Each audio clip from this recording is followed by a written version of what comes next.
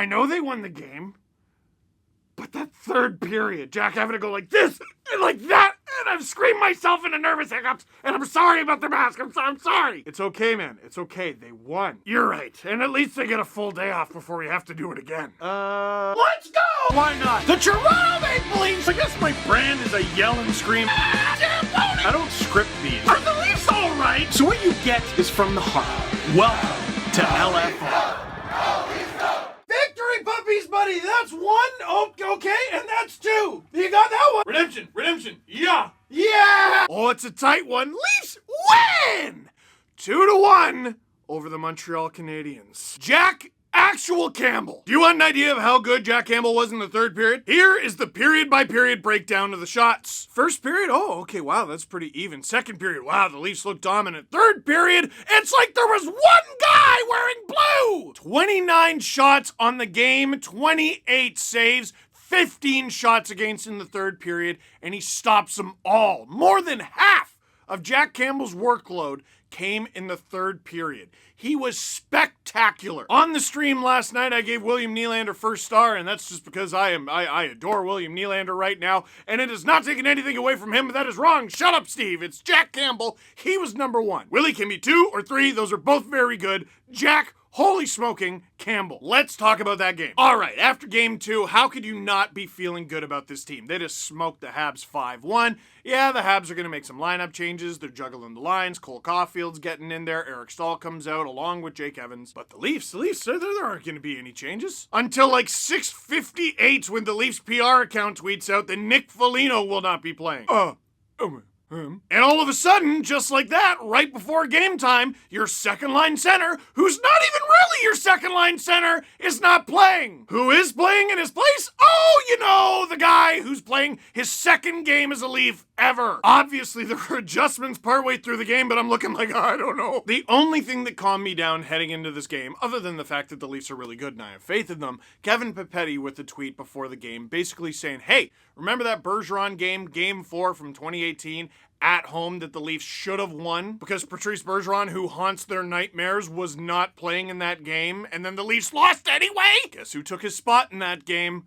Rielly Nash. That being said, Rielly Nash was in the middle of the best season of his NHL career and not playing his second game as a Bruin. So I was a little nervous, and you could tell the team was a little nervous. That whole line had a not very good first shift. First of all, their first shift, about a minute into the game, they look pretty good. They look poised to enter the Montreal Canadiens zone, and Alex Galchenyuk is offside by a solid 15 feet. It's okay, Alex. It's okay. Just keep it cool. Get ready for the face-off. And he says, okay, you're right. Here's me calming down. Blam! And he smokes Brendan Gallagher in the face with his stick like Sideshow Bob steps on a rake. And is that 2 or 4? The ref says 4, and Galchenyuk goes to the box for a double minor. It's not the worst start I've ever seen from a player, but let's just say I've seen better. Now, Habs fans, let me go with you here for a second. It was 4. Should have been 4. But it feels like the 4 is a little too up to the ref's discretion. There have been high sticks this season. I want to say there was one on Hyman, and he was bleeding. He was definitely bleeding. He pulls out his finger. He's like, look, blood. And they basically have the authority to go, yeah, but it's not a lot. 2. I have a little bit of a problem with the consistency that the double minor is called, but no, that was well earned by Galch. And now the Leafs got to kill it off real early. Not exactly ideal for a team that is now missing Nick Foligno, who has been a pretty good part of their penalty kill, and a team who has been scored on first in both of the games so far. And the penalty kill? Masterful. The Habs had a hard time entering the zone, and when they did, the Leafs collect it quickly, and when they collect it, they dump it quickly, and they're attacking in the neutral zone, and they're just being a nuisance. They are on the Habs every step of the way. I said this on the stream on Sportsnet's YouTube channel. The best thing I can say about that penalty kill is time went quick. The worst type of penalty kill is the one where it begins and you're going through it, and oh my god, the other team has the puck, and they're taking 30 shots on goal, and 50 shots actually connect somehow, and you look, and 5 seconds have passed. How have only 5 seconds elapsed over the last minute and a half? This penalty kill, thorough, efficient, effective. They kill the whole thing. I don't even think Jack Campbell faced a shot. Later in the first, Zach Hyman applying excellent pressure to Arturi Lehkonen, causing him to panic. Puck over the glass penalty. I told you they lowered the glass. But the Habs penalty kill, not so bad themselves. I don't remember if this was on the power play or not. But Jason Spezza wide open net. Carey Price is miles away from where he needs to be. And that'll be in Steve's paddle save emporium on Thursday. The save of the playoffs. It's gotta be top 5. Carey Price gets just a little bit of that puck. Shades of the Freddie Anderson save on Pasternak from Game 3 in 2018. Remember that one? Barely gets any of it, and Jason Spezza, who looked like he had Price's number in Game 2, looks stunned. By the way, this is why you should watch my streams on Sportsnet's YouTube channel, because you get to see my live reaction to these things. Just to give you an idea, this is what it looked like. It was probably less screaming than you'd imagine. It was mostly stunned silence. Could not believe it. Moving on. About 4 minutes to go in the frame, Justin Hall takes a cross-check on Corey Perry. I saw some people call it a dive. It was pretty hard. Never rely on a slow motion view of a cross check, because some cross checking's allowed, like the push off they seem to allow. If you watch this one in real speed, he hit Perry pretty hard. And it was one thing to kill off a Galchenyuk double minor, but now a pretty key penalty killer for the Leafs heads to the box. But once again, pretty effective and obviously frustrating the Montreal Canadiens, because Tyler Toffoli takes an unsportsmanlike on TJ Brody towards the end of it. Leafs not able to convert on the shortened power play. Maybe that's when the Spezza was. I don't know. My head's spinning. We only have a 24-hour turnaround here, folks. And we head to first intermission with the game tied 0-0, shots 7-6 for the Leafs. Listen, considering they had to kill 3 minors in 1 period, 6 shots against is a masterful defensive performance for this team. They were so good. There was the 1-2-on-1 early in the first. I think it was Toffoli to Gallagher. Campbell makes the save. All right. We all awake? Is everyone awake? And they made the rest of the night, the rest of the next 2 periods, a little bit easier on Jack. Hey, buddy, you're not going to have to face 2-on-1s all game. Don't worry. People talk about key saves. I mean, every save to me is a key save, but that's a key save at a key moment in the game. It helped wake the team up, because the Habs were going for that. They were trying to cherry pick all of the first period, especially the first 10 minutes, and especially after a successful first one. But after that initial opportunity, every time the puck went that way, there were 2 guys back. The Leafs did a very good job. Let's see what they do in the second. Now the team's looking a little different. I'm not sure exactly when it regularly started happening, but Kerfoot got moved up to second line center, which just makes sense. I don't know what the Leafs' long-term plans are for Rielly Nash, but putting him on the 4th line, once I saw it, made so much more sense. For a guy who hadn't played in so long due to injury, and for a guy who had not played a game with the Leafs, I thought 3rd line center in Game 1 was a little aggressive. Now you're throwing him to second line? Putting Rielly Nash as the 4th line center, at least for the time being, or 4th line wing, doesn't matter. 4th line. Giving him 4th line minutes, at least for the time being, feels like a much better way to put him in a position to succeed than randomly being like, all right, you're our 2nd most important center. And the intensity of the game continues to ramp up. Big collision early in the second between Corey Perry and Wayne Simmons. Perry getting Simmons with the stick, Perry leaving the game for a little bit after. And with Josh Anderson in the box serving the penalty, the Leafs are not able to convert. Shortly after, we finally get our first goal, and the setup comes from the new second line center. Still less than halfway through the frame, they're showing stats all game long about how Austin Matthews is absolutely cleaning Phillip Deneau's clock in the face-off dot. But in this situation, it's an offensive zone draw, and it's Alexander Kerfoot, who is like, what would you even call him? Like 70% of a center? He's done admirably as a Leaf. Like, he's filled in as 3rd line center, but the more this team added, it seemed pretty obvious they want this guy to be a full-time winger if possible. Here's the thing, right now, and especially without Nick Foligno in the lineup, it's simply not possible. He takes the draw against Deneau, and as clean a win as you're gonna see. William Nylander takes the puck after the win, takes it for a little bit of a walk to the high slot, like high slot. I'd love to call this a master bit of trickery, but it's just a little case of making your own luck. Why do I say that? I don't know. I wouldn't exactly call this a high danger shot, but I tell you what, it goes in! William Nylander, his 3rd goal in 3 games, all of them against Carey Price. The Leafs take the lead.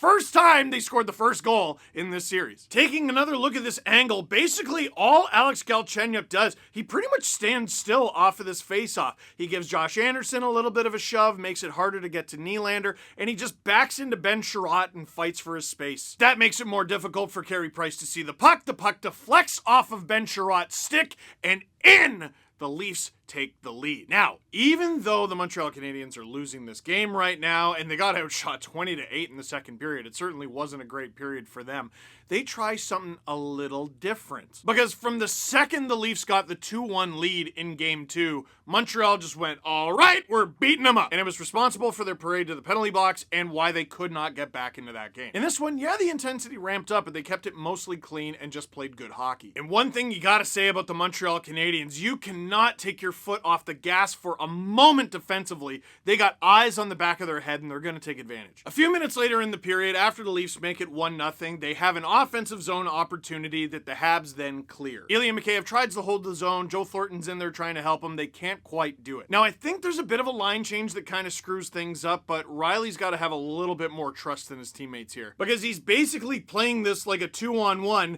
as if Ilya Mikheyev, the fastest man alive, is not back there and with body position on the other Habs attacker who's barely even skating. Now, it's easier said than done. I mean, what if Morgan Rielly skates a little bit more aggressively at Nick Suzuki and then he completely walks him, which is certainly something that Nick Suzuki is capable of. But this right here, this is nothing. Like, I know you're getting the stick in the lane at least, but first of all, it might have even glanced off the stick, and you don't have any sort of body position. Like, this is nothing. Nick Suzuki's shooting this every time. It goes through Jack Campbell and in, and the one mistake they made after the opening moments, the Habs capitalize, and now it's a tie game. Justin Bourne had a nice little Twitter thread going about this. He pointed out something that was against the Montreal Canadiens earlier this season of Rielly sort of doing the same thing. It's not good enough. There are no bad teams in the playoffs, and Nick Suzuki's a great player, great finisher. You can't let him get an open look. But here's the great news. The period is not done. And now the Leafs don't have the lead anymore.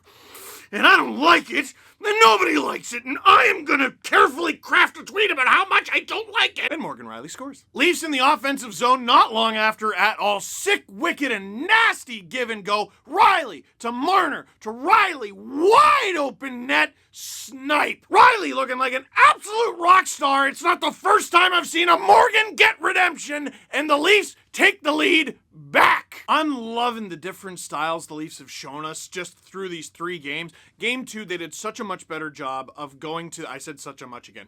They did a much better job of attacking the net, creating havoc in front. Zach Hyman does a bit of that here. What I noticed pick up as the game went on, especially in the second period, the puck movement. Oh, masterful. The way they walked the line at the beginning of this play. Brody, Rielly, and Marner. Oh, beautiful. And now the Leafs take the lead into the third period and also a power play because unlike after the first goal, the Habs decide to ramp it up. So you've all seen the footage of Matthews looking up at the ref going, I didn't do anything, or something like that, because there's a big brouhaha behind the net and he's getting ragdolled for the second time in this series. Now, I'm not going to complain because the Leafs came out of this with a power play. They deserved it. The Habs were the aggressors in this situation. TJ Brody gets a roughing call on Josh Anderson. Yeah, that makes sense. Ben Sherratt roughing on Zach Hyman. No, you can't do that. And Josh Anderson roughing against TJ Brody. Wait! Nobody got anything for the Matthews stuff! Like, it's mostly Shea Weber. He's got one mission after every whistle, and it's to just bother Austin Matthews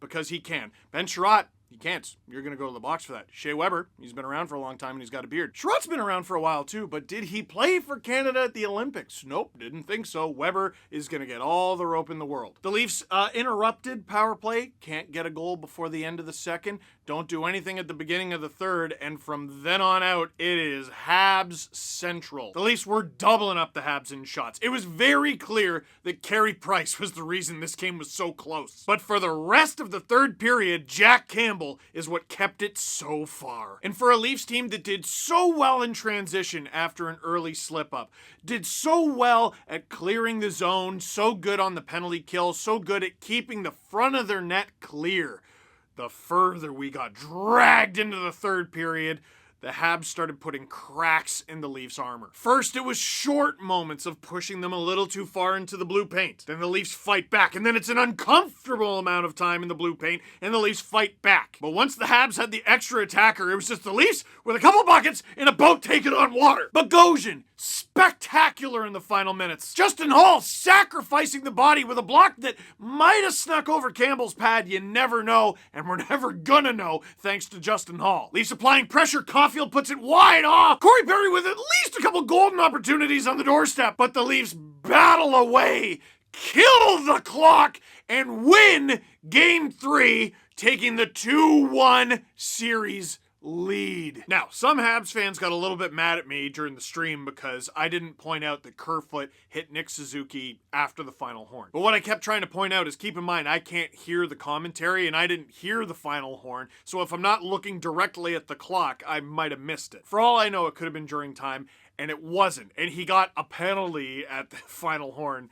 I don't know what that does. Bit of a scrum afterwards, and the Habs were finally justified in a scrum after the whistle. I don't know if it'll be supplemental discipline, like a fine or something. It was an otherwise clean hit, except for the fact that it was not during the hockey game, so you can't do it. Like, you can't just bowl someone over at the mall. Man, remember the mall? Jack Campbell, 15 saves in the third period. The Leafs take home ice advantage back heading into Game 4. Questions. How good is Bogosian? Dude, I don't really think it's Kyle Dubas's thing to negotiate mid-playoffs, but back now. I want him back. Well, how do you get Timothy Liljegren in the lineup? I don't care. He's gonna be good. Liljegren's gonna be good. It's fine. Keep good players. It's good to have too many good players. Bogosian is a good player. Dude, I did not think I would be yelling and screaming my love for Zach Bogosian from the rooftops when they made this signing. We all looked at it so wrong. Leafs Nation looked at him like, yeah, he's got a beard and he's another pair of fists. Way to go. Way to get tougher. $1 million? Oh, I'm not sure. That seems a little steep. Wrong. Unbelievably wrong. What a key part to a Leaf team that wants to win games a little differently, or at least wants to be able to win games a little differently.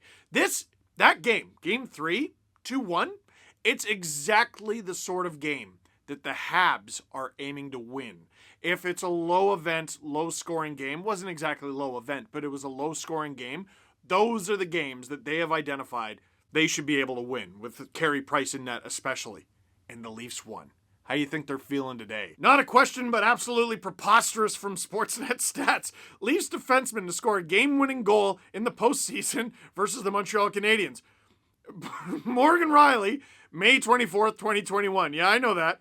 The last one was Bill Barilko, April 21st, 1951. Vic Lynn before that in 47, and Georgie Boothman, in 1944. I'll give you an idea of how long ago the last Leafs defenseman to score a game-winning goal against the Montreal Canadiens was. So it was Bill Barilko, 1951. Well, that's just a number. It doesn't mean anything to me. A baby born on the same day as Bill Barilko's game-winning goal against the Montreal Canadiens in 1951 would have grown up and watched the moon landing as an 18-year-old adult. Literally, they would have been born that day, graduated, and about a month later watched the moon landing. But don't forget, kids, the league is rigged in the Leafs' favor. It's impossible that, oh man, how are you supposed to beat a team that hasn't won in over half a century? It's not rigged, folks. 2 questions. Justin, how dare you? That's cheating. Coming into this series, we expected Foligno, Tavares, and Nylander, now with 2 of them down, and Nylander as last man standing. How has he elevated his game? And number 2, can we talk about how good our penalty kill has been? We killed our last 21. Okay, let's start with the penalty kill. First of all, Justin, how dare you jinx it? Nope, he didn't. It's bad when it gets into fire drill territory, and this is something the Leafs have done a very good job of limiting against the Montreal Canadiens. But when the Habs do get sustained zone pressure, it's an incident. It's a carnival. And that's sort of what the penalty kill has been able to do, but outnumbered. They've been doing a better job at collecting the puck, quick clearing attempts. They've done a great job of lifting the thing through center ice instead of over the glass. Justin Hall in particular, I noticed, was very good at that. And they're just dogged on the puck, efficient with their strides. They take really, really smart paths to the puck, right? When you're not making smart choices, taking smart paths to the puck, you're just making your life difficult. You're making it easier for them to make off with the puck. You're making it so that you're going to spend more energy. You're going to be more tired, and then they just wear you down, and eventually your goalie's the last man standing, and if he doesn't stop it, no one is. The Leafs have done a good job, especially on that double minor at the beginning of the game, of not even making Jack Campbell work. It's a wonderful, wonderful thing. Even without Nick Foligno, my goodness. On the William Nylander front, doesn't he just carry himself so different?